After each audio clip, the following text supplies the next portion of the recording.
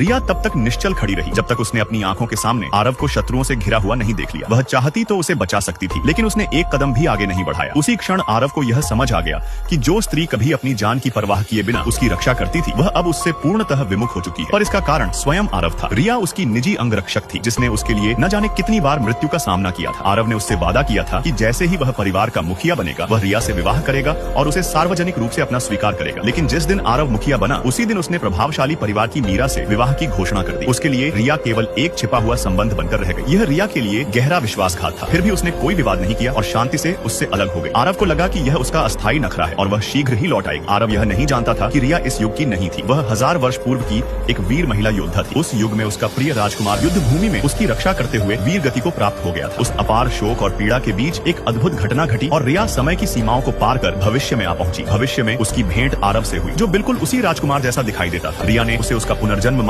मान लिया और उसी विश्वास में उसने स्वयं को पूरी तरह उसे समर्पित कर दिया। वह उसके लिए ढाल बनी, उसकी तलवार बनी और हर संकट में उसके आगे खड़ी रही। लेकिन जब आरव सफलता के शिखर पर पहुंचा तो उसने रिया को पीछे धकेल दिया। उसके लिए रिया का त्याग करना आसान था। यह रिया के लिए अंतिम आघात सिद्ध हुआ। तभी उसने अपने मूल युग में लौटने का निश्चय कर लिया। अगले दिन रिया एक नीलामी में पहुंची, जहां एक दुर्लभ जेड का लॉकेट रखा गया था। वही लॉकेट उसे समय के द्वार खोलने में सहायता कर सकता था। वहां मीरा भी उपस्थित थी और उसने जानबूझकर लॉकेट के लिए रिया से प्रतिस्पर्धा की। रिया ने ऊंची बोली लगाकर लॉकेट अपने नाम कर लिया, पर तभी आरव वहां आ पहुंचा। उसने रिया के सभी भुगतान साधन बंद करवा दिए और मीरा की इच्छा पूरी करने के लिए लॉकेट उसे सौंप दिया। बाद में उसने रिया से कहा कि वह भविष्य में उसकी भरपाई कर देगा। रिया ने मीरा से विनती की कि वह लॉकेट उसे दे दे। तब मीरा ने एक खतरनाक शर्त रखी। उसे एक भूमिगत मुक्केबाजी मुकाबला जीतना होगा। वह स्थान मृत्यु का खेल था। आरव ने रिया को रोकने की कोशिश की, लेकिन रिया ने शर्त स्वीकार कर ली। मीरा ने छल किया। उसने लॉकेट को तोड़कर फिर जोड़ दिया और मुकाबले में रिया के सामने घातक योद्धा खड़े करवा दिए। वह चाहती थी कि रिया जीवित न बचे, पर रिया की युद्ध कला असाधारण थी। गंभीर रूप से घायल होने के बावजूद वह विजयी हुई। जब रिया ने लॉकेट लिया तो उसे पता चला कि वह क्षतिग्रस्त किया जा चुका है। वह मीरा से प्रश्न करना चाहती थी, पर मीरा आरव की आड़ में छिप गई। आरव ने बिना सत्य जाने रिया को दोषी ठहरा दिया। उस क्षण रिया ने सब कुछ समझाना छोड़ दिया और वहां से चली गई। बाद में रिया ने सुना कि अगले दिन 7 सितारों का दुर्लभ संयोग होने वाला है। यह समय और लॉकेट उसे उसके युग में लौटा सकते थे, पर उसी रात उसका अपहरण कर लिया गया। जब आरव घटनास्थल पर पहुंचा तो उसने रिया और मीरा दोनों को बंधा हुआ देखा। अपहरणकर्ता ने शर्त रखी कि आधी संपत्ति देकर केवल एक स्त्री को बचाया जा सकता है। आरव ने बिना किसी संकोच के मीरा को चुन लिया। उस क्षण रिया का हृदय पूरी तरह टूट गया। मीरा के सुरक्षित होने के बाद आरव ने आदेश दिया कि रिया अपने बंधन तोड़कर सभी अपहरणकर्ताओं को पराजित कर दे। रिया ने रस्सियां तोड़ दी, पर आरव के लिए नहीं, क्योंकि उसी क्षण 7 सितारों का संयोग प्रारंभ हो चुका था और तभी आरव को अपने पूर्व जन्म की स्मृतियां लौट आई। उनका प्रेम, उनका बलिदान और उनका साझा अतीत। लेकिन तब तक सब कुछ बहुत देर हो चुका था।